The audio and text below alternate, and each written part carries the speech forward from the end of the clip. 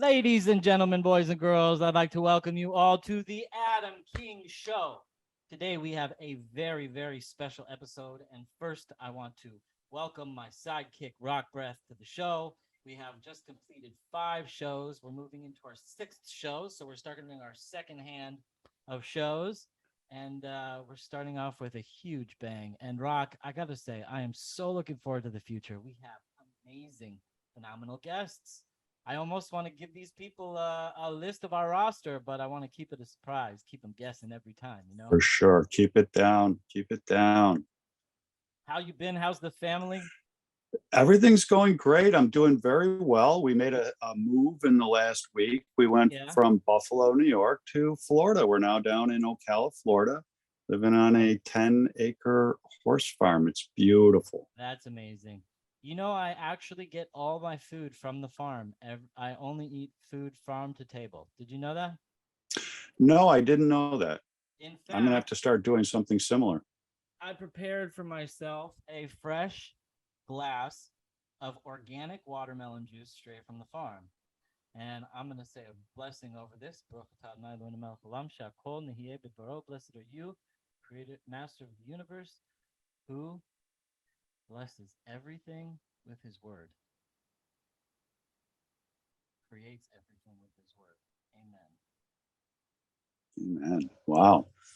Oh, yeah. So watermelon juice, Adam, I don't get it. Watermelon. Oh, my God. That is good. Don't you just have to eat the watermelon to get the watermelon juice? I'm telling you, I want to shout out really quick to the farm. But I'll tell you something. This watermelon juice, when you drink it, it is so good for male vitality. This is Underwood Farms. This is the farm I do all my shopping from. They got this cute little market right here. Yeah, they got this cute little market right here where everything they go from you could pick your own. I pick my own food right over there, and I go there 2 days a week. It's like my happy place. When I get stressed out, I'm at the farm. So yeah, I can see my wife shopping there regularly. Cheers. Cheers to Underwood Family Farms. Thank you for making delicious food. Oh, God bless you. Cheers. Cheers. All right. Tonight's guest, we have the foremost leading opposition to the King Abdullah of Jordan. Wow. On our show, yes. And wow. The greatest leaders in the Palestinian people. But before that, I cannot get into our show without our meme segment. We got to get some memes up in here. What do you say? Let's see what you have. Okay. Do it. Let's do it. This week, what did I find? Did it come up?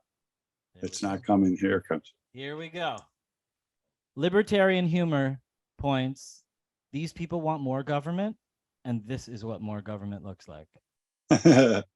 You see that? It's too much. The memes. That's too much. The memes come up on your end. All right. Oh yeah. Oh yeah. George Washington, stay strapped or get clapped. Probably. Dude survived the Revolutionary War while losing the Battle of Manhattan. He was strapped and he didn't get clapped. For sure. Men pretend to be women. Everybody loves that. Kids pretend to be Indians on Halloween. Everybody screams cultural appropriation. That's great. Mullins Barclay. This guy's so funny. Either someone's smoking pot or it's a skunk. You know, I use that as an excuse. I got pulled over in California with some skunk in the glove box. The officer said it smells like a skunk. And I said, yeah, it does, doesn't it? It must be out there somewhere. And I walked. Hilarious. Had to tell the story. New York Patriot 1978. Everybody follows Instagram. It's great. Last month, I made $40 billion working from home. Learn how. That's Zelensky over here. Yeah, yeah. Oh, God. I'm so old. Oh, man, I'll tell you. To get a trophy. Alex Jones fined $1 billion for misinformation. Anthony Fauci. Tuna melt. Elon Musk. China will never be able to replicate our technology. Oh my God, this one. Look at that guy. That's Elon Musk as a Chinaman. Oh, it's terrible. How That's dare you funny, call me terrible. mentally unstable on the day of my cat's quinceañera? So funny. I love this one. Yeah, that is funny. Shout You out know, I heard a to real quick. shout out Go ahead. to everybody celebrating Dia de los Muertos coming up in the next few days. Shout out, shout out. NFT users be like, I don't care that you're sleeping with my wife. I'm the one in a legal official relationship with her. You know, Logan Paul's bought an NFT Bored Apes Yacht Club for $623,000. It Wow. just sold for $10. Wow. Each new Alfa Romeo that's sold comes with its own NFT, and it's used to watch and track the car from beginning to end. Spooky. Creative, very creative. I don't want to go through any things that don't kill me but make me stronger anymore. And we finish with that. And I got to tell one quick story. I was watching something on YouTube, and one of the biggest complaints now by kids is that farming is causing global warming, and we need to get rid of farming. Yeah. I mean, real intelligent. They want us to eat the bugs. You will own nothing and you will be happy. On that note, let's welcome our guest in here. Rock, I'm going to say thank you. Have a great show. Thank you. Have a great show yourself. I'll talk to you soon. Thank you. All right.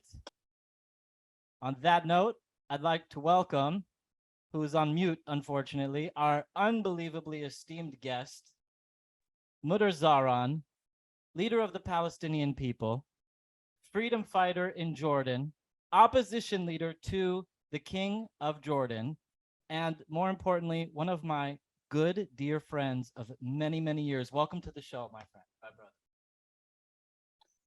Glad to be here, Adam. I have to start the show by saying that you've been through so much in the last few years, but really you've been through so much in the last 20 years. I remember the first time I was exposed to you, I was just in yeshiva in Israel. I think I might have been 21 years old. After suffering an entire childhood of anti-Semitism, trauma related to disaster and terrorism and hate crime that befell my people, I turned on my broadcast and found a Palestinian man talking about peace with Israel, and that shook me to my core, and I've been following you ever since. So first and foremost, I want to thank you for your inspiration. And I know you've been through 20 plus years of an unbelievable fight. Your story is a legacy. I have a million questions for you, but before I get into any of the political nitty-gritty stuff, I want to ask you, what got you started on this path?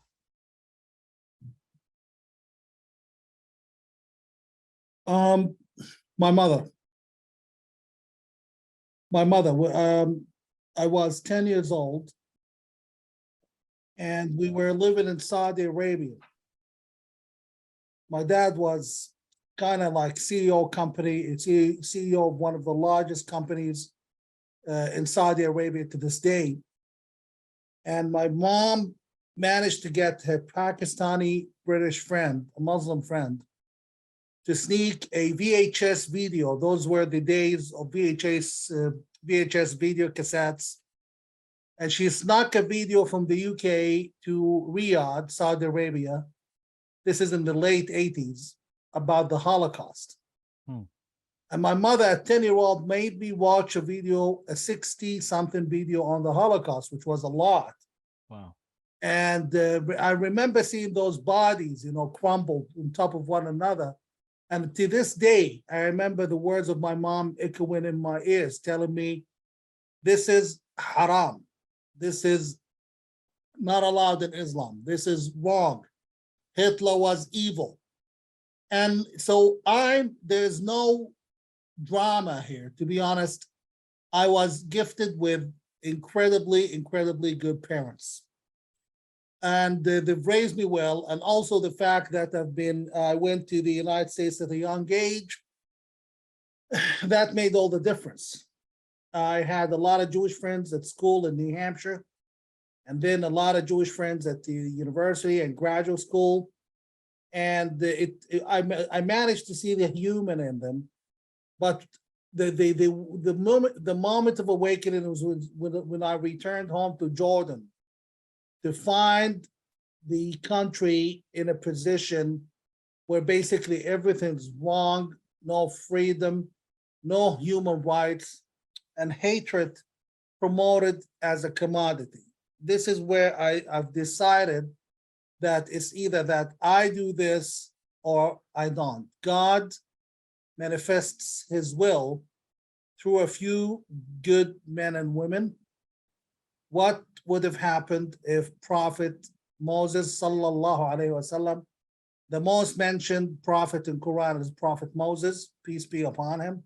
Amen. What would have happened if he was to give up on his role and just, survive like the rest of us, get a mortgage, get another camel, a second camel for the wife, the whole 9 yards, instead of saving his own people?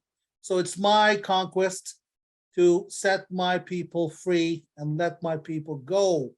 Force the Hashemite ruling family to let my people go on our soil, in our country.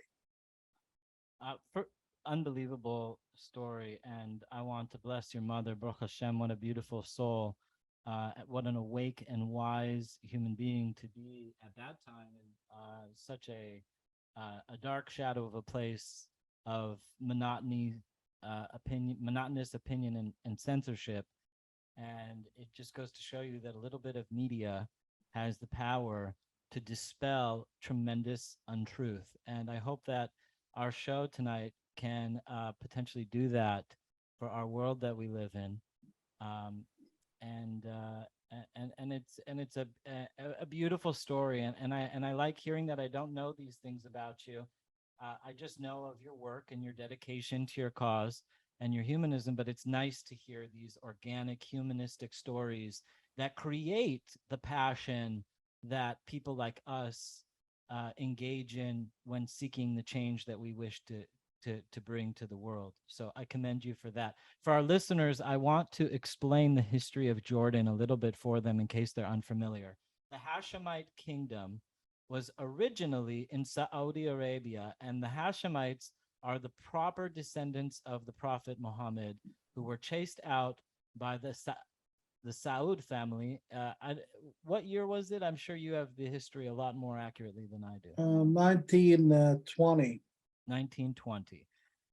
And they went to Jordan and created a kingdom in Jordan of mainly comprised Palestinian people. 90% of the country is Palestinian descent, the actual ethnic heritage of the Palestinian people.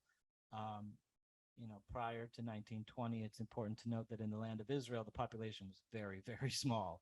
And the tremendous bulk of the Palestinian people did live in Jordan. Tell me, when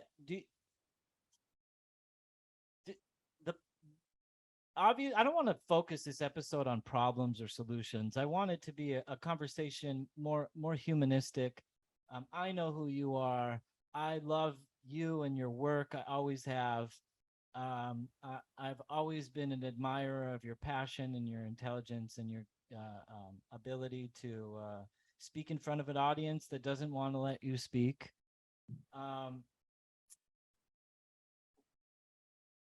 When do you feel that the oppression of Palestinians in Jordan really began? Let's start there. Well, the oppression of the Palestinians in Jordan, I can speak, first of all, as a Jordanian of Palestinian heritage.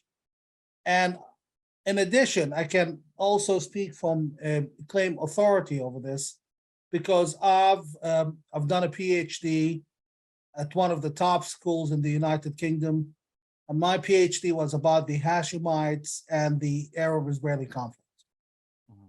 So I've read enough classified and unclassified, the disclassified documents from the British archives, the Zionist archive. I've seen it all, and I could give almost a first-hand account of it.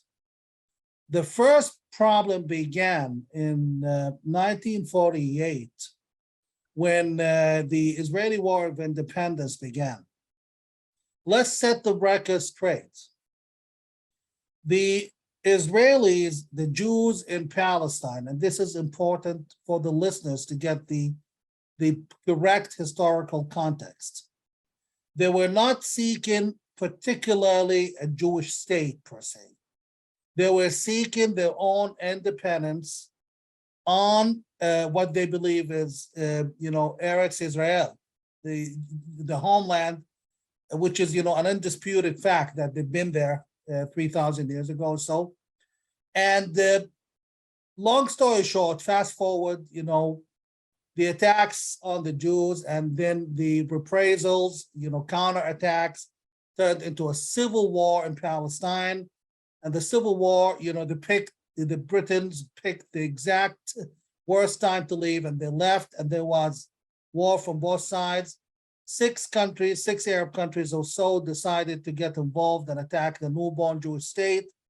And now the documents that I've personally read from the archives show that none of the Arab states was even interested in a Palestinian state. They were interested in occupying as much as possible from Palestine. And the Hashemite kingdom, since day one, they had, first of all, their own existence is illegal. I mean, the British mandate for Palestine included all of what's today's Jordan. So 78% of Palestine is today's Jordan. Illegally, this was by the League of Nations, which is equivalent to today's United Nations. This was in the care of the British Empire. They suddenly decide to carve out 78% of the land without consulting the natives, be it Arabs or Jews, without commitment to the Balfour Declaration, in which actually they promised Jews to give him the whole thing, without previous commitment to Arabs themselves that they're going to allow them to determine their future. They import a foreign family from Saudi Arabia to control another land which is not theirs. And on top of it, they rename the country. Britain had a history of creating funny names for countries. An example of that is, the names you see today, like Qatar and elsewhere, names that never existed, to be honest. One of them was Transjordan. They called the country Transjordan. It was never known as Transjordan. There was never something called Transjordan. And before that, in the new term, there was not something called Palestine. I mean, I know maybe we're a little off the mark here, but we need to get things in perspective. People are very misinformed. The creation of the word Transjordan by the Britain was the brainchild of Winston Churchill, who was then the Minister of Colonial Affairs or Colonial Minister, and it's illegal. Once, when you zoom through the documents of the British National Archives, or the most recent documents I've read, the Globe Pasha documents at St. Anthony's College University, Oxford University, where I'm still doing some archival research at the moment.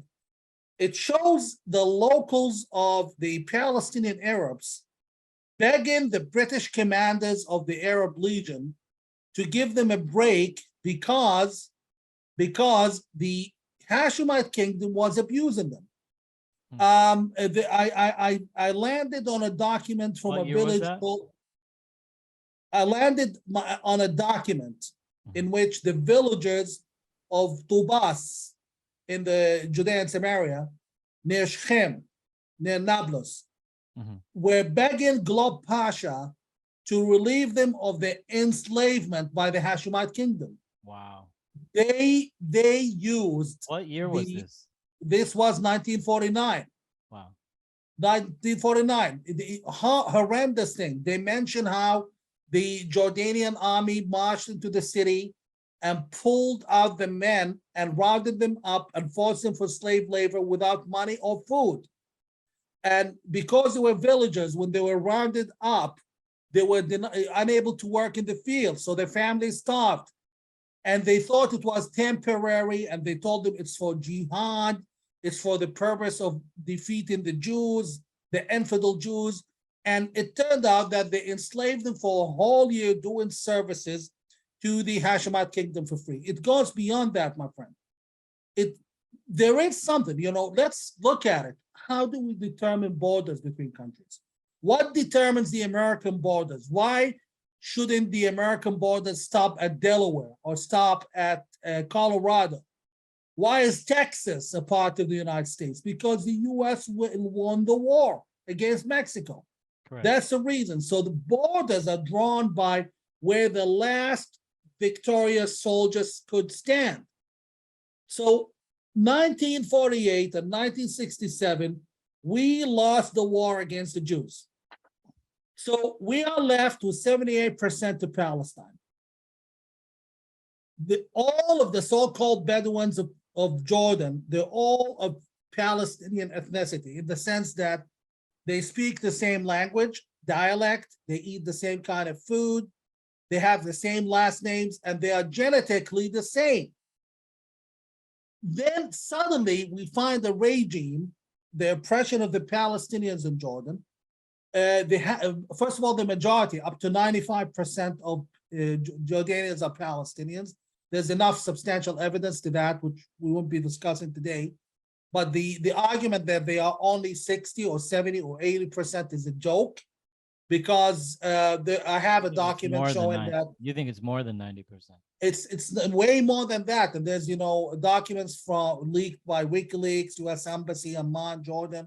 Long story short, the number is much higher than that. And I can only conclude how one of the documents produced in 1954, which belongs to the Globe Pasha Collections, Oxford University. It mentions how, Jordan was a country of 40,000 people, and they received 680,000 Palestinian Arab refugees. So you do the math, 40,000 versus 680,000. Not to mention there was another wave of refugees. In short, Jordan is a part of our country. If Israel is the Jewish Palestine, which we cannot deny the existence and the historical right the Jews possess to that country. If Israel is the Jewish Palestine, Jordan is the Arab Palestine. So why is Jordan not the Arab Palestine? Why are Palestinians still demanding, after 70-something years, still demanding independence and fighting, jihad and, freedom fighting against the Jewish state? The reason is because we have an oppressive king who's foreign to our country, who's telling the rest of us that we don't belong there. I want to share. In Jordan, we hold passports, Adam. We hold passports. We're not allowed to vote. We're not allowed government jobs. We're not allowed anything. When we get into any kind of civil lawsuit, criminal lawsuit, there's discrimination. The average Jordanian and Palestinian heritage is too afraid. They cannot report to the police station. Like if someone breaks into the car, while in Israel, even in the West Bank, when it was under Israeli control, people never had, even today, there's nothing scary about an Israeli soldier. What can an Israeli soldier do? Right, Palestinians walk through Israel freely. They have they don't feel any threats. They walk through, they go use the banks. There's Arab judges in Israel. I mean, it's a very egalitarian, open society. So very, very much so. And this is the argument. We need to debunk a lot of the myth. Exactly. I'll tell you something. It's the myths that keep us oppressed. And exactly. You live in London. You've been to Buckingham Palace, I'm sure. We did an episode where on the day the Queen died, actually, and I mentioned about Buckingham Palace being the most offensive edifice in all of humanity. If you walk around Buckingham Palace, you see a pillar erected for every single nation, 24 pillars around Buckingham Palace that the royal family, the fake royal family, really, the Sachs Gote family of they ended up controlling, dominating, killing, maiming, and stealing the resources of those countries. And I really love that you framed it in that context, because the fake Abdullah Hashemite kingdom of Jordan, it really doesn't have so much power on its own. It's really one of these vassalage kingdoms that were set up by this fake British king who wants to rule the world and submit all peoples of the earth. And part of their entire existence is to not allow people to be independent and sovereign on their land.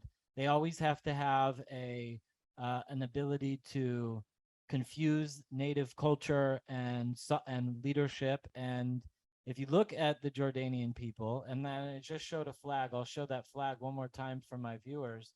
The Jordanian flag and the Palestinian flag are the exact same flag. If you look, it is the exact same flag. There's nothing different about this flag except for the star that's in Jordan, in the Jordanian flag. And it's important that the myth busting begins, because, you know, people get drunk off of the stories that they're told as children, and the education of children is tantamount into preserving peace and creating a legacy of peace. Children have to grow up with lessons of peace, and that involves truth. So I appreciate everything that you're saying, and because the West hates Jews so much, they really do, and the ones who don't hate the Jews publicly, a lot of them hate the Jews secretly, and they like to, you know, throw in some, you know, cultural discrepancies, or at least focus the discussion of Palestinians on Palestinians versus Israeli, the Palestinian versus Israeli issue. There are so many issues that affect Palestinians that don't get an ounce of media, because the media, the Western drunk media, is obsessed with pushing this fight that doesn't need to happen. For example, the way that Palestinians are treated in the Gaza Strip by Hamas, the fact that I believe he's in his 18th or 19th year, Mahmoud Abbas, the fake leader of Palestine, who's a dictator, a president dictator. You know, they had one democratic election that was supposedly democratic, and they never had to have one again. And then the rest of the Palestinians are ruled by a monarch. It's not even a democracy, a fake democracy. It's an absolute monarchy. And so the Palestinian people are the you know, all these like Cristiano Ronaldo and all these people who become Palestinian rights activists. You know, there's a difference between if they're Palestinian, if they really are a Palestinian rights activist. There is so many things that affect Palestinian rights, sovereignty, and a right to the basic life, liberty, and the pursuit of happiness, to put it in a better sense, than the Jews and the Jewish the Jews. And so I really feel for the Palestinians, and I want the Palestinians to be helped and healthy and living prosperous lives, that we could be neighbors and friends. And it's important to note that in the beginning of the state of Israel, Jews and Arabs were friends. Even before the state of Israel and the British Mandate period, Jews and Arabs were very, very close. And I believe that the Hashemite kingdom, the fake king, and his propaganda, his weapon, they created Fatah. They created the Fatah, Hamas these were like original concepts that were vassalage empire. Not really Hamas, that's really the Muslim Brotherhood, but Fatah is really like a vassal state of the King of Jordan. So, you know, the issue with the Palestinians is the King of Jordan. If you want to make the lives of Palestinians better, you have to address the prime issue, which is their relationship with the King of Jordan. Well, I absolutely agree. All the roads lead to Jordan. Let's do just, you know, a little checkup here. Abbas, PLO, Palestinian Authority, is, and this is information most people probably have not heard before. Since Arafat's death, all prime ministers of the Palestinian Authority were Jordanian nationals. I'm talking Jordanian nationals who have not lived in Judea and Samaria, be it Salam Fayyad, be it Hamdallah. The guy before this last prime minister, his father was a Jordanian congressman. So Jordan or the Hashemite regime has a lot of sway over the Palestinian Authority and the PLO, especially after Arafat's death. Hamas was created by the Muslim Brotherhood. Hamas, it's documented, and if necessary, I can show you where, that Hamas remains, quote unquote, the Palestine chapter of Jordan's Muslim Brotherhood. Mhm. It's directly under the control of Jordan's Muslim Brotherhood. And I've documented enough how Jordan's Muslim Brotherhood is actually fully controlled by the Hashemite kingdom, by the king himself. And all you need to do is quote the king on that when he said, the quote unquote, in an interview, he said the Muslim Brotherhood is a part of the Hashemite regime. He said that in an interview with Jeffrey Goldberg, the Atlantic magazine, and his wife made the same statement. So Jordan Muslim Brotherhood, speaking Hamas, of his wife, just the only thing I want to mention of his wife is what an Anglophile he is for marrying a British woman. That's the only thing I want to say about his wife.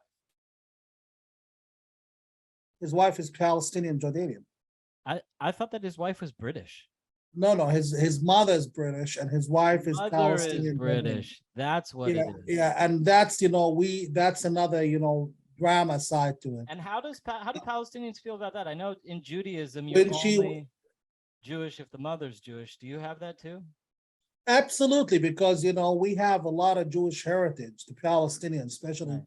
the Palestinians from the West Bank, or the Judea and Samaria. And that's another According- story. That's another story that never gets. No, but talked about, is according how to many DNA Palestinians have Jewish DNA.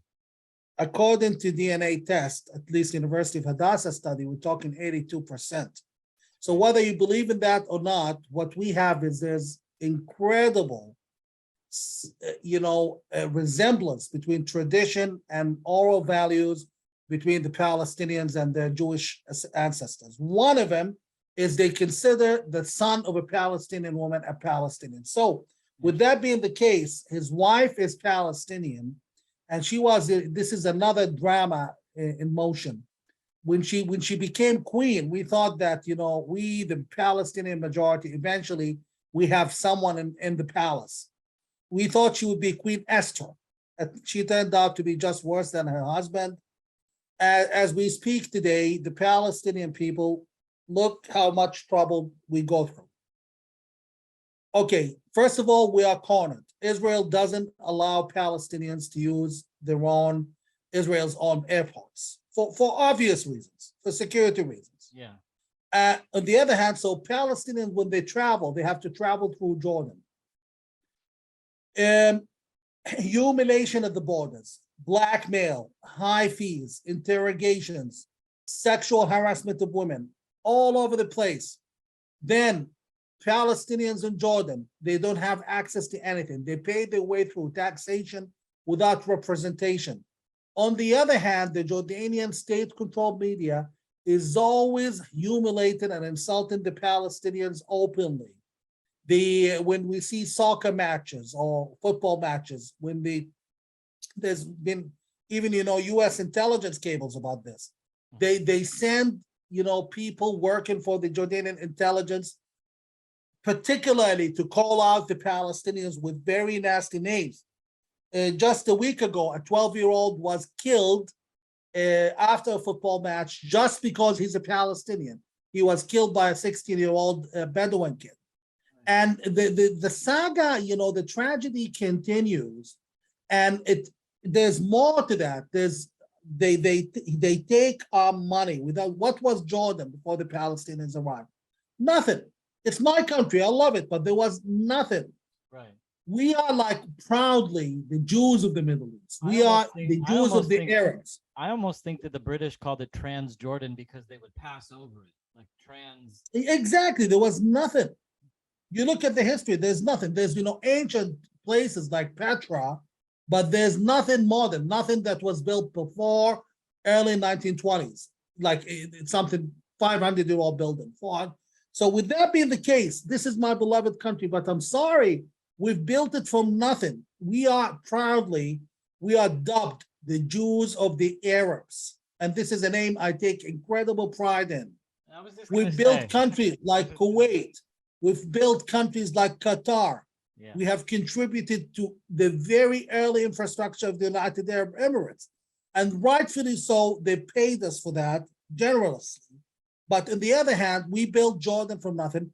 Imagine if you are always openly discriminated against you. They use racist slurs against us in the media. An example, the two racist slurs we can use to describe a Palestinian in Jordan. The most common racist slur is Yehudi. You call a Palestinian Yehudi, which, you know, it's like telling you you're not an Jew. Arab. To anybody not Jewish who doesn't know what he's saying, it means Jew. They're calling them Jews. Yeah, it means Jew, Yehudi. It means that, you know, you're not Arab, you're actually a Jew. Jordanians You're a call fake the Muslim. Palestinians Jews. Yeah. And the second As a racist slur. discriminatory, Yeah. Thank God to my wonderful viewers are also going to look at that as an honorable term that my guest is. I take it in pride. I would, you know, I'm very proud that my people are called Jews. If only I wish we could measure up to the intellect and the light of that nation. That said, the other, you know, and this is, you know, these names, like, they're being circulated by the state's media. Issue goes further than that, Adam. The Hashemite kings are oppressing everyone, not only the Palestinians. They're oppressing the Bedouins, they're oppressing everybody else. People in Jordan, 25 years ago, the average Jordanian had a car and their own house. Today, the average Jordanian cannot afford 3 meals a day. Situation is identical to Maduro's Venezuela. Yeah. It used to be a rich nation. Now they can barely eat 3 meals a day. Actually, they don't. But do you think that that's by design? I wanted to talk to you about this. You know, I wanted to get your opinion on non-Jordanian, Palestinian, Jewish issues, because you get taught. Everybody talks to you all the time about that. You know, it's like you're one opinion. Every time I hear you speaking, it's about one subject, and you're such a wise person. And I want to ask you, on a global macro scale, outside of this conflict, you know, do you, on the show, we talk about it a lot, how we feel that there's this new world order that exists, you know, mostly being run from the World Economic Forum, that seeks equality through poverty. And when you're talking about the decline of life for Palestinians in Jordan, I feel obviously the decline of life here, gas is now $7 a gallon here in Los Angeles. I believe it's by design. Do you also believe that it's by design? Is this okay? I definitely believe it's by design. And who is the architect of that design? Well, before we start about who's the architect, let's look at it this way. Aside from a conspiracy theory, dropping all conspiracy theories, let's look at what the World Economic Forum each year announce that they're going to do. And they're not shy about it. Right. They're not willing to hide it. They seek poverty. Terms like Charles Schwab saying, you're going to own nothing and be happy, which is absolutely communism, socialism at its finest. Those countries, there are two things in common. Countries that have been closely associated to the World Economic Forum, like and Charles Schwab, that you know, gentleman. Yeah. Those and people who have been, you know, okay, let's do this. It's like, I call it the leftist faith, the leftist religion, which quite pretty much serves the agenda of those people. Jordan, Qatar, Egypt, Sudan, Algeria, Venezuela, and I can go on, all of those countries who have been the closest to the World Economic Forum, all of them witnessed diminishing wealth for the average citizen and poverty becoming rampant across formerly rich nations. Like Qatar, most people don't realize that the average Qatari could barely survive. They have incredible salaries, like it's one of the richest countries in the world, if not the richest. Right. And they have the highest income per capita in the world.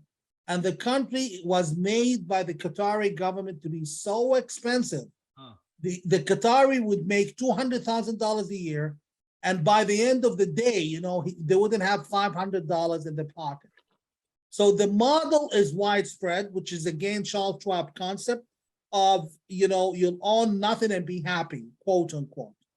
There's also the holy cows, or the most holy pillars of globalists. I mean, if globalism is such a myth, why would President Trump address globalism? Whether you like or dislike the guy, he's been addressing globalism at the United Nations, right from the podium of the United Nations. And he's threatening globalists. Globalism, the holy cows for them are, one, the hydrocarbon, hydrocarbon situation. The world dependent on oil sales. We have a lot of alternatives to oil. Right. The combustion engine is more than 120-year-old. It's all technology. They won't move out of it. And there has been several attempts to walk away from the combustion engine, and they were all gunned down, particularly by the governments like the government of the state of California. This is not a theory. This is something you can look up in your public records in California. Which is ironic now, that because the California state government is requiring everybody be electric by 2035. Well, that's a different ballgame. Combustion engines will be able to be sold in California. Why now? Why not? When they basically killed the electric car in the mid-90s. The Chinese influence in California is extreme. This is the Pacific Rim. So China's influence into the United States really happens on the west coast of America first. Obviously, it's in DC, and the tentacles of China stretch into almost every corporation and university in the United States.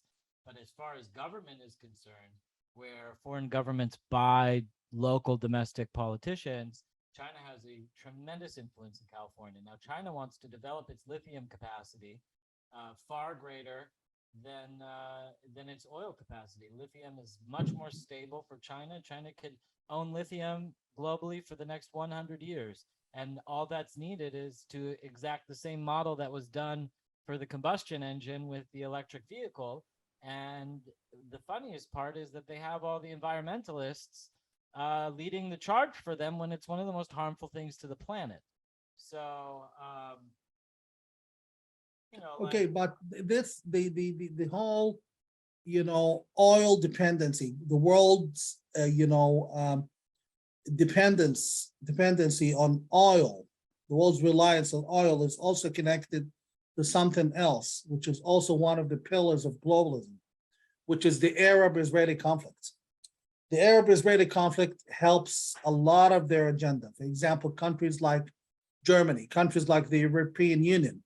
Was it not for the Arab-Israeli conflict, they would have no say in our region, which is one of the richest regions in the world. Right. In addition, it's like a bogeyman. They're always able to meddle into our business, and this is why you find the Palestinian identity always promoted, the Palestinian cause promoted by big names.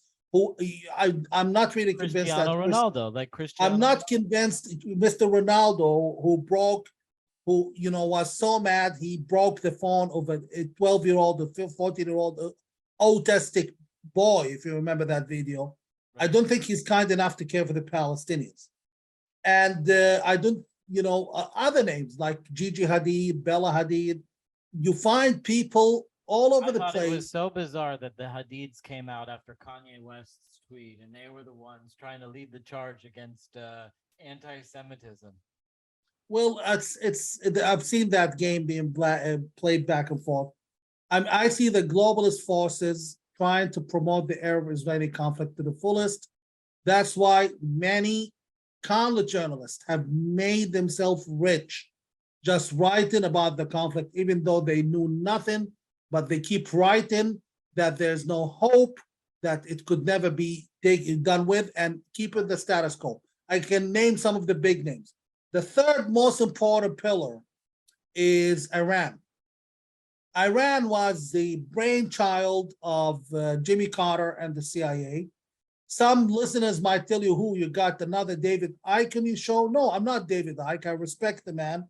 I didn't agree with most of what he said. I don't I'll believe tell in you something. David Icke, I- I was first exposed to David Icke and Alex Jones when I was 19 years old in college. And I think that these were the most far out there dudes promoting the most wild ideas. And in the realm of speculation, it's important to have people that can let go of reason and try to critically think about what is actually taking place. There's a reason why conspiracy is a federal felony, because it's illegal. By its definition, you're not going to know that it's happening unless you speculate and engage in conspiracy theories. So it's funny that you mentioned the name David Icke, because I actually do love David Icke, and especially because he's one of the only people that talk about the reptilians, and I love the whole reptilian conversation. I get off to it. I think it's amazing. My name is Adam. My name is Adam, and I grew up with the story of the Garden of Eden and a talking snake, and I'm like, oh, it's the reptilians. David Icke gets it. Yeah, blame it on the reptilians. I personally don't believe in aliens, and I don't believe that there are reptilians controlling us. I think there are worse. Do you ever see the movie Jupiter Ascending? I've heard of it. Yeah. It's with Mila Kunis and who's that guy? He's like Channing Tatum. And the premise of the movie is really that that the aliens are really humans that in the ancient world unlocked all the secrets of all the technologies that ever existed and figured out how to live forever and oppress humanity and keep us down because they harvest our energy. And the gist of the story, whether far-fetched and far out there, sounds really like what's happening in our world today. If you think about it. Well, I'll make sure I watch that, Adam. But aside from it, with no conspiracy attached, just dealing with the fact as an academic, the scientist, political scientist in me, if you look at Iran, with no conspiracy theory, Iran could have only become the Islamic Republic through the evil works of the CIA. Right. And I can quote two people for this. The first person I quote is President Anwar Sadat of Egypt, when he welcomed the Shah to in exile in Egypt. He said it was America's fault what happened, and he said that, quote unquote, those who cover themselves with the Americans are naked, are nude. And also Jimmy Carter's Secretary of State, I forgot his name, he said it right in television. He said, we allowed this to happen. The issue goes on and on, but fast forward, Adam. You also, when you're talking about the creation of Iran by the CIA, you also have to look at the Iran-Contra affair, which really is what ties the Clintons to the Bushes. Yeah, exactly. Yeah. All the cocaine that was being flown into Mena, Arkansas when Bill Clinton was governor, to military bases in Mena, Arkansas. The weapons were given to the Iranians, and the Reagan administration was very involved. The hostages were held for 444 days and released on the American hostages were released on Inauguration Day. Go figure that one. Well, and today, American Inauguration Day of in the name of releasing hostages, President Biden authorized $7 billion into the treasury of the Iranian regime. At the time, the Iranian regime is facing a blown out, full-fledged revolution, and where the Iranian regime is killing people on the streets. The media is suddenly silent. They're not interested. I've been reporting about it. I've began reporting about it on the 15th of September. I got one draft article about this called the Iranian Rebellion, and I had to go to 3 different media outlets to get it published because everyone was like, "Are you sure there's no Yeah. such thing?" So we have a real martyr, Masa Amini. This beautiful woman was killed. That's what started this revolution in Iran for not wearing the hijab. And this is a revolution for women's rights in Iran that the left, who never stops talking about women's rights, doesn't seem to care a wink about. well, I mean, you know, I raised the question. Where's my fellow Palestinian, Rashida Tlaib? Where's what's her name? Alexandra? That Alexandria Ocasio-Cortez. yeah. And I mean, where's she's the other one? shouted down by her ultra left-wing constituents who hate war. She's being shouted down at town hall events on the campus. Yeah, and where's my fellow Muslim Ilhan Omar? Since they care so much for women, why are they not? The Iranian Revolution is being led by women. Where are they? But again, all three women, you know, they want to get reelected, and you know, they have to toe the line of to keep their jobs. And now really after Iran, and you know, after they're not Iran, really towing the line. They're actually carrying out their functions. They are a part of the Destroy America Party or the Destroy America contingency. Like the Republicans have the Tea Party, they're the Destroy America Party. Anything that is hatred towards America, they support. Anything that's pro-American, they hate, and that's plain and simple. And so of course they're gonna. Of course they love Iran because Iran hates America. Okay, so let's just revise this. We said that the pillars of globalism and misery across the world is keeping, you know, the old technology, basically keeping the world dependent on oil. And in addition to Arab-Israeli conflict, which is, you know, an excellent diversion for the whole world. You know, the media would report on a car accident in Israel more than they would report on a massacre in Iraq. And three, Iran, and then the North Korean, South Korean conflict. If you look at those, and number 5, the war on drugs, which has proved to be a complete sham, a complete, you know, a farce. Everything here is documented by the, you know, by the government, the United States government itself. The war on terror has failed, which proved to be bogus. How can you, let me give you an example. You realize that, okay, I met someone in the UK. This is an example, just an example. This is one of the most radical anti-Semitic Muslim Brotherhood members in the United Kingdom. Jeremy Corbyn? He's Jordanian. Jeremy Corbyn? I'm just kidding. No, not Corbyn. No. He's Jordanian Palestinian. He was born in Libya. His name is Ibrahim Tamimi. You can look him up. He's always in television, you know, speaking for the Palestinians and how the Jews, quote unquote, are butchering the Palestinians left and right. And, you know, very, very radical guy. And it turns out the guy, despite being born in Libya, he managed to break the ban and travel regularly to the United States. That's under Trump. The leader of the Muslim Brotherhood in Jordan, I published a few years ago a copy to his 10-year visa to the United States.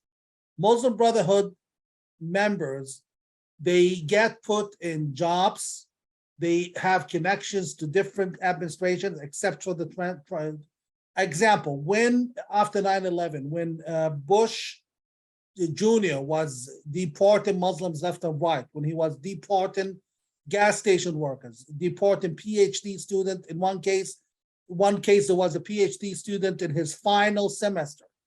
He kicked him out of the United States.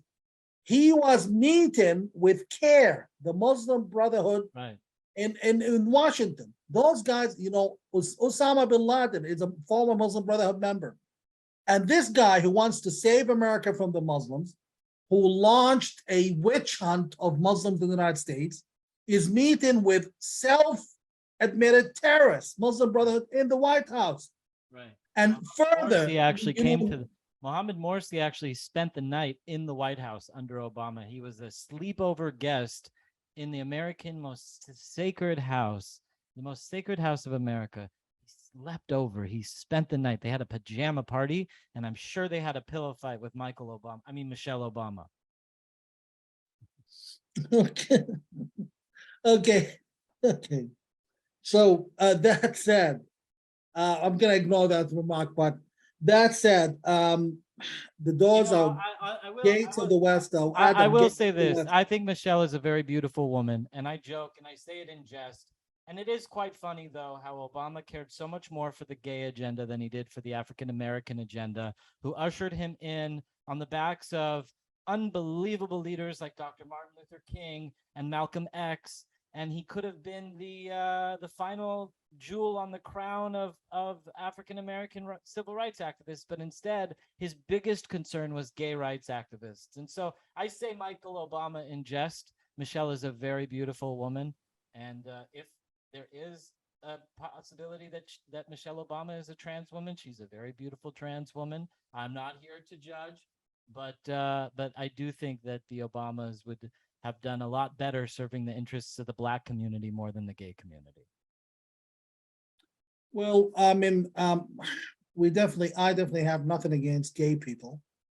I definitely have nothing against people's choices. Well, you're not of allowed life. to. You're not allowed to in today's world. But I also don't have anything Well, against gay people. But Unfortunately, I mean, regardless, I mean, it's interesting how you know,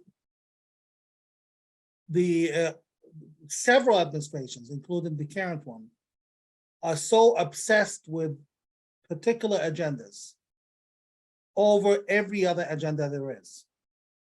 There's a lot of people oppressed, not only the gay people in the Middle East or elsewhere.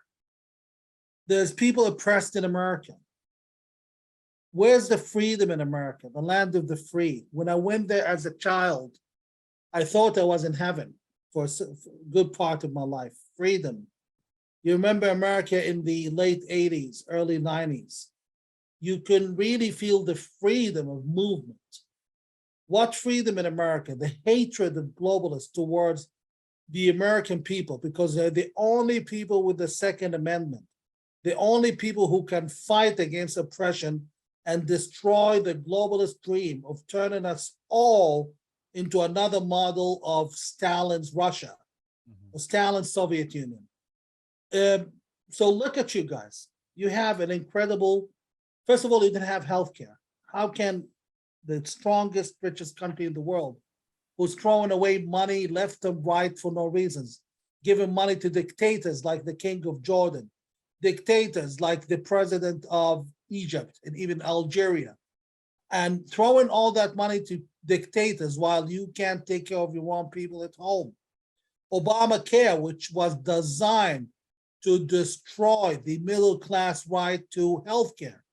You have a police state, police officers. Have you traveled to Europe, guys? Have you seen how British police officers act?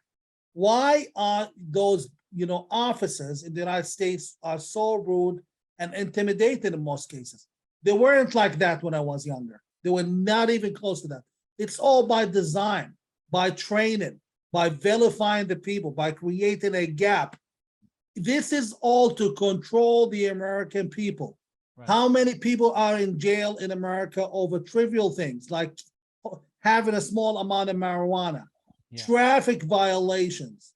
Judges hand down the sentences in America the way they handed down candy. 10 few life sentences. They don't care. None of this is by coincidence. At best, it's the elite, the ruling class in America, basically not giving a damn about anyone else and knowing they can dictate to you. And the more time passes, you see, especially liberal crazies taking things into extreme. Obama weaponized the IRS. The IRS 70-something thousand tax code. Do you think the Department of Treasury's PhD holders, CPAs are too dumb. They can't turn the tax code into 1,000 pages or 500 pages. Or 70,000 plus tax code, because the minute they want to get you, they look into the tax code, and trust me, they will find something where you've gone wrong. It doesn't matter how honest you are. So this is all by design. Americans, instead of struggling for their freedom and, for enjoying their freedom, which their founding fathers have fought a lot to get, instead of enjoying civil rights, which a lot of American Jews have given up their lives to secure civil rights to everyone else. They've championed that cause. We find America the beautiful turning into America the ugly. They could, in the name of 9/11, they control your movement. You travel through airport, you get humiliated. Why? In the name of security. But then there's a question. 9/11 was a huge intelligence failure. How come nobody got fired? In fact, in a proper position, if it was in Europe, the president of the United States should have resigned and left the job to the vice president. Correct. It didn't happen. Correct. You get humiliated when you apply for taxes. When a police officer stops you, you're afraid because they can arrest you for no reason. And this is not America. This is not what your founding fathers have fought for. This is not what the Tea Party was about. This is not why you started one of the most noble examples of revolution in human history, the American Revolution. I think the United States, the American people are in need of taking back their country for the best interest of everybody else. We are in need of as the elections are approaching, I hope this will translate into action. The elections are coming. I don't know what to expect. I'm expecting massive amounts of voter fraud. I don't know what is going to happen for the first time in my life. I'd like to believe that everything is going to work out fine, but there's something in the back of my mind that's saying that brace yourselves. The death cult wants nuclear war, and anyone who wants nuclear war is going to stop at nothing. They're not going to accept the ballot box to tell them what they can and cannot do. So, we're in a very dangerous time. It's a very dangerous time for humanity now between November 8th. And you're outside of America. The ramifications of the American election being stolen again in 2022 will have immense consequences for the globe. Well, I know the king of Jordan would not be king if Trump had won, because I know what's beneath the surface, the thing the king has been proven caught red-handed to be involved with, like supporting terrorism, financing it, yada yada yada, a lot of other stuff. If Trump was in power, the king wouldn't make it for another day. So let's pivot and let's move to a different subject as we're running out of time on the show. Let's move to post Hashemite rule in Jordan. What does that look like? Let's talk about it. Are there going to be free and fair elections? Will you be a name in those elections when the time comes? I hope so. You've certainly been the leader fighting the battle, and it's almost like like how the New Age people, they have the laws of attraction. By meditating on post Jordan, post Hashemite rule over Jordan, we can spiritually bring it closer to us. So I want to ask you, to dream and to envision with me and to teach me, what does post Hashemite rule in Jordan look like? Well, there's okay, can you hear me? Yeah. Hello? Yes. Do you hear me? Yes. Hello? Yes. Okay, I think there's a little problem with the connection. Okay, there's the conventional wisdom that if you give the Arab or Muslim masses their freedom, they're going to elect an Islamist government. Well, this was true until recently, because after the Arab Spring, the Muslims and the Arabs got what they were wishing for. They elected Islamist government, and you saw how that went, with Islamist government oppressing them in Tunisia, oppressing them in Egypt, pressing them in Libya, pressing them in Yemen. So basically, they learn their lesson. But in the case of Jordan, there will never be a radical government replacing the king for a few reasons. One, we have 40 up to 40,000 American and NATO soldiers in Jordan. Those countries, even Biden or Obama, would not, they can't afford to have Islamists run in Jordan. Two, Israel, we depend on Israel for our water and our gas, cooking gas. So each time where a Jordanian woman prepares a meal, she's actually normalizing with Israel because she's using Israeli gas. And basically, whoever is in power, they can't afford to antagonize Israel because they depend totally on it, even for water. Three, the Israelis are not exactly sitting on their hands. The Israelis, I can assure you that as Jordan's largest and most capable opposition body, we are in touch with several governments. We're in touch with several intelligence agencies. I can confirm that we're currently working with at least 20 different intelligence agencies, including Arab ones, because the Arabs are not stupid either. They can see that things are changing in Jordan and they're prepared for the day after. As far as I'm concerned, the new Jordan will be a Muslim identity, a state with a Muslim identity, but civil laws and civil rules where anyone could become president. And as far as I'm concerned, we will seek two things: peace and prosperity, which involves having a good amount of Jewish immigration into the country. I mean, Jews would happily travel to Hong Kong or Dubai for the right opportunity. I definitely would love to have American, European Jews traveling to the right place for the right opportunity. And also, we need to unify our system with our brothers, Palestinian brothers inside Israel, like the ones in the Area A inside Judea and Samaria. I cannot see the future of a Jewish state, a Palestinian state within the Jewish state. That would create, first of all, it's a security issue. No matter, I'll put it to you this way, no matter how unfriendly the future Palestinian government in Jordan will be, it's going to be, if that happens, if it becomes hostile, it's going to be a problem on Israel's borders. Like Hezbollah, it's a problem on Israel's borders. While on the other hand, the status quo is having a problem inside Israel itself. So let's not forget that a lot of chapters are connected to Jordan. First of all, the issue of the refugees. Jews in particular, they've experienced being taken away and expelled from their own home, so they know how we feel.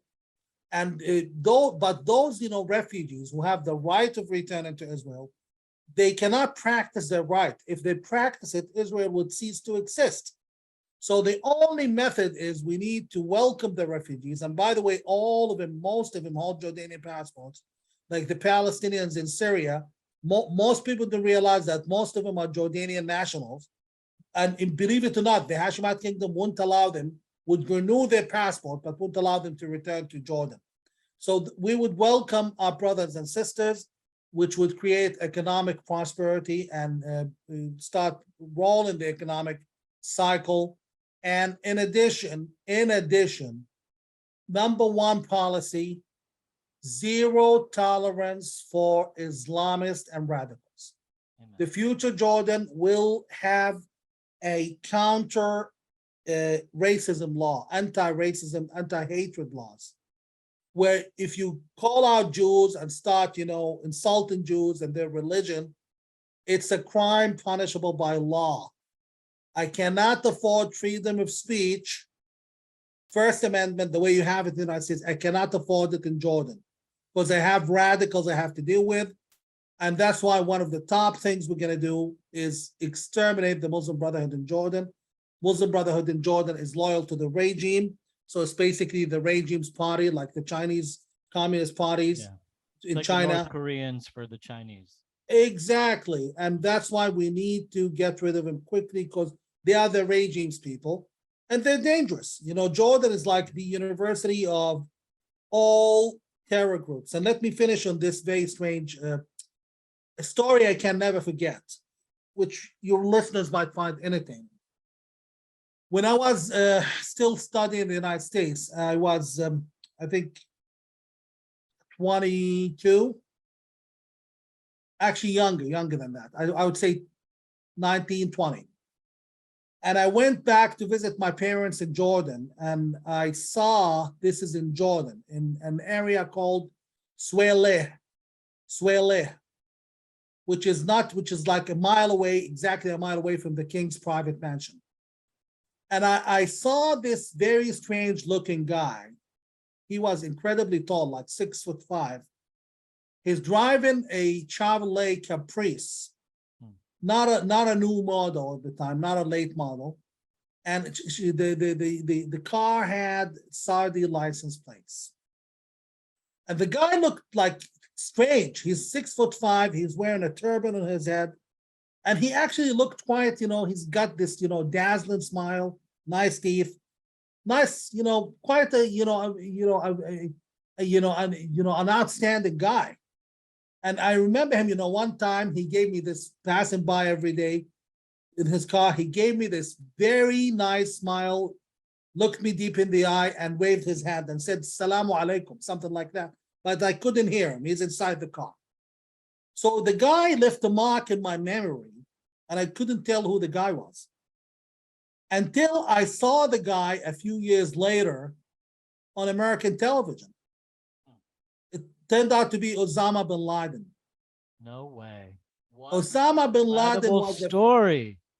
Osama bin Laden was a Unbelievable. frequent visitor of Jordan. Wow. He used to visit the house of our neighbor, Sheikh Abdullah Azzam. Wow. Sheikh Abdullah Azzam is the Jordanian loyalist to the king, Wow. who holds a PhD. He is the founder of Al-Qaeda.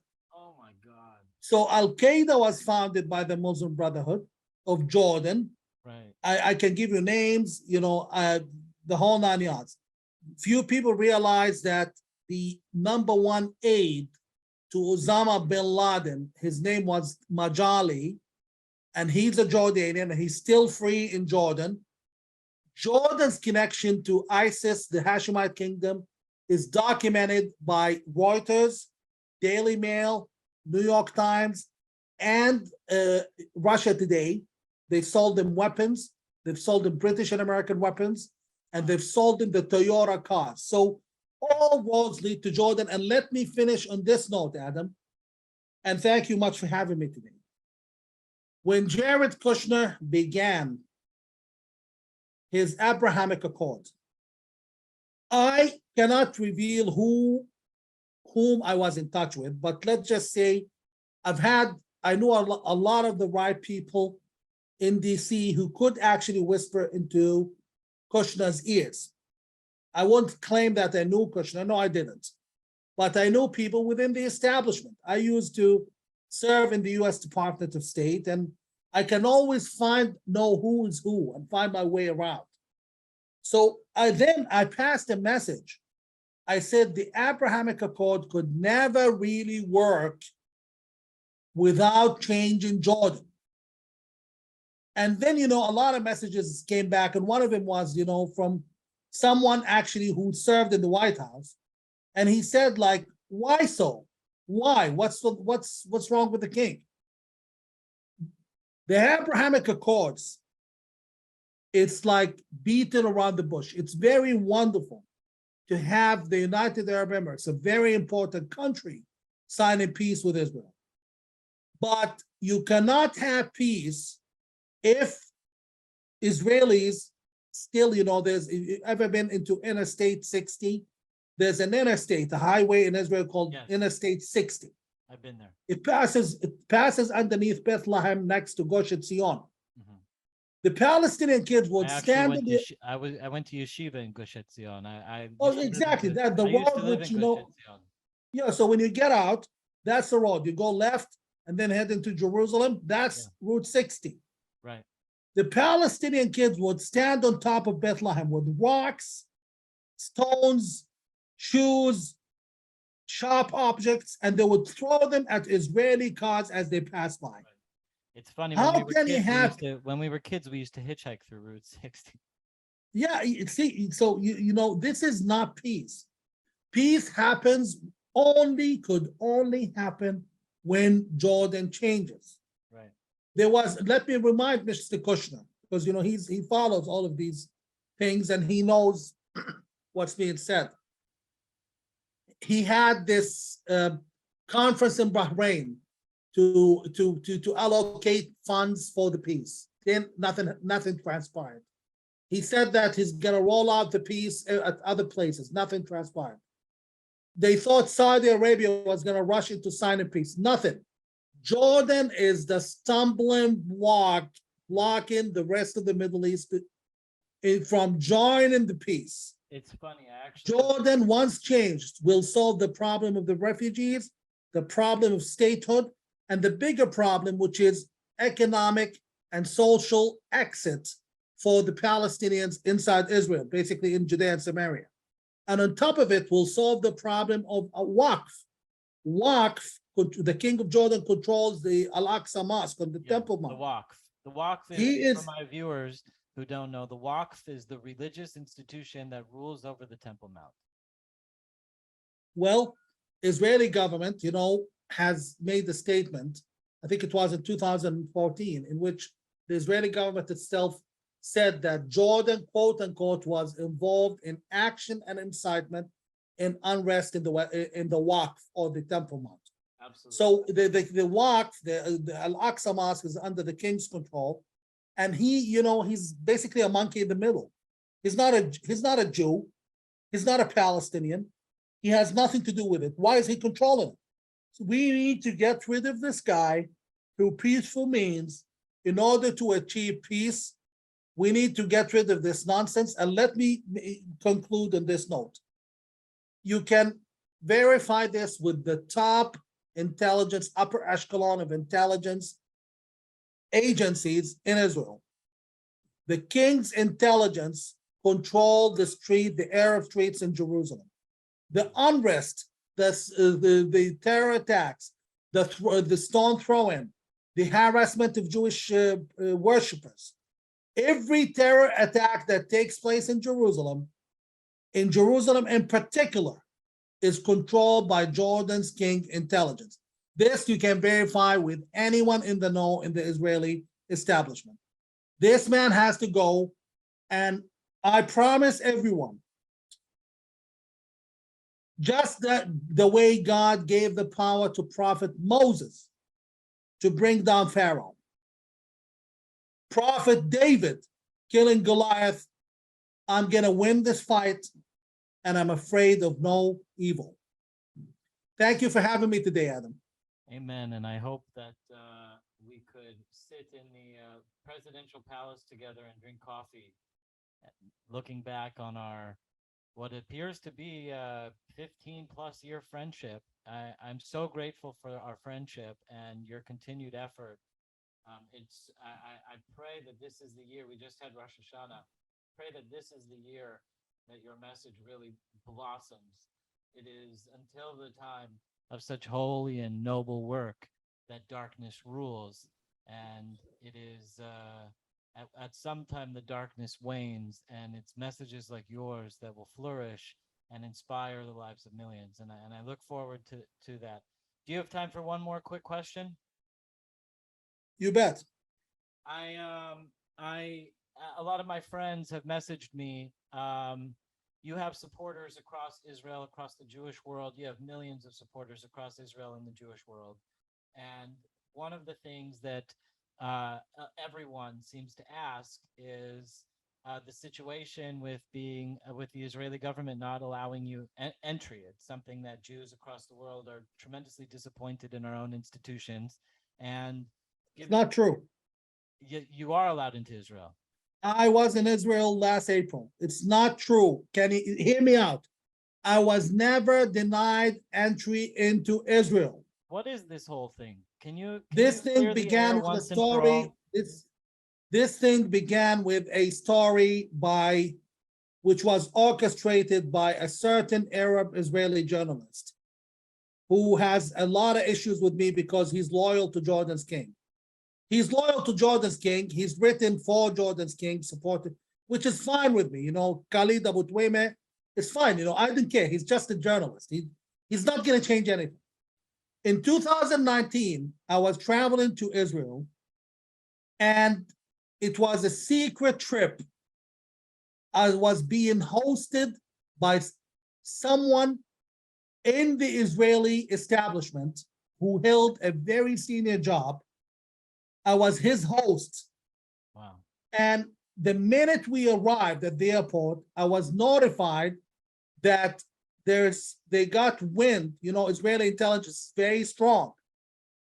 They got wind that, I can't give the details, someone in Jerusalem had known about my trip. And they even knew where I was staying. And I was questioned, telling me, did you tell somebody? And I explained to them that, I'm very secretive. I'm not new to the trade, to the intelligence world, the security world. So this is the work of an agency. Wow. So for my own safety, I was told that, it's best for you that you don't stay in Jerusalem and actually you return home, because so when the Jerusalem Post, sadly, the Khalid Abu Tuwaimeh is very respected by the Jerusalem Post, and he has a lot of sway on them. I don't know what happened there. They got one statement from the Israeli Shem Bet, which they said for security reasons, Mudar Zahran had to leave. And then they had the title, Mudar Zahran barred from entering Israel. This is not true. I was in Israel last April, and I stayed inside the house of an Israeli general in northern Israel. And I will be visiting Israel for 3 weeks in February, and I would welcome anyone who's staying in Jerusalem to meet me by then. I'm kosher, I'm fine. I have worked for the US Department of State, where I worked, my reports were read by the CIA, White House, Department of Homeland Security, and many others. And I stood neck to neck, shoulder to shoulder, to everyone you see today, including President Obama and George Bush's wife. I was with him when they came to Jordan. And you name it. So I've got a good security clearance. I'm kosher, I have no problem. And I will not waste, I am above wasting the audience time with Lashon Hara, or telling them why this creature, Khalid Abu Tuwaimeh, has been launching a campaign against me. All I can say is, I'll leave in this note. You will be hearing Khalid Abu Tuwaimeh's name in the media soon. I would say, possibly very early in 2023. And then you would understand a lot of things. See, I didn't even say it's positive or negative. Yeah. I'm saying just, if I were you, I would read more. I would Google the name Khalid Abu Tuwaimeh in the first couple months of 2023, because you will definitely find a lot of interesting things, which I'm sure will be positive. I want to say for my audience, you heard it here first. We have finally cleared the air. This myth that Mudar Zahran has been expelled from Israel can finally be put to rest. Thank you for illuminating. And in a situation like Israel that is so overshadowed by fake news to begin with, this story gets buried under piles and piles and piles of fake news. And you heard it first here, everybody. He was in Israel in April of 2022.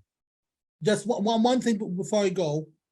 When this story came out, we couldn't make a statement, because what can we do? Can we make a statement that, we have detected a plot to physically harm me in Jerusalem? That would basically ruin the work of all of the good people who went the extra mile to protect me. So we couldn't comment on it. Now that it's 3 years old, I can make a comment. And this is the first time I'm commenting about this, by the way. We say in our So no, guys, I'm not banned from Israel. I can assure you, people within the highest level of the Israeli government establishment, army, security apparatus, call me the wrong friend. Well, I'm glad that we got to clear that up. I just want to say, Shomer Goy Kodesh, Shomer Sha'ari Dam Kodesh, Shomer Sha'ari Dam Echad. Thank you so much for joining us. May you be blessed in your journey. May you be protected in your journey everywhere you go. And the haters are going to hate, but they're not going to celebrate, because you are going to get through to the finish line, and we are going to save the world. And it's an honor to be your friend, and it's an honor to be there with you, and it's an honor to have you on our show.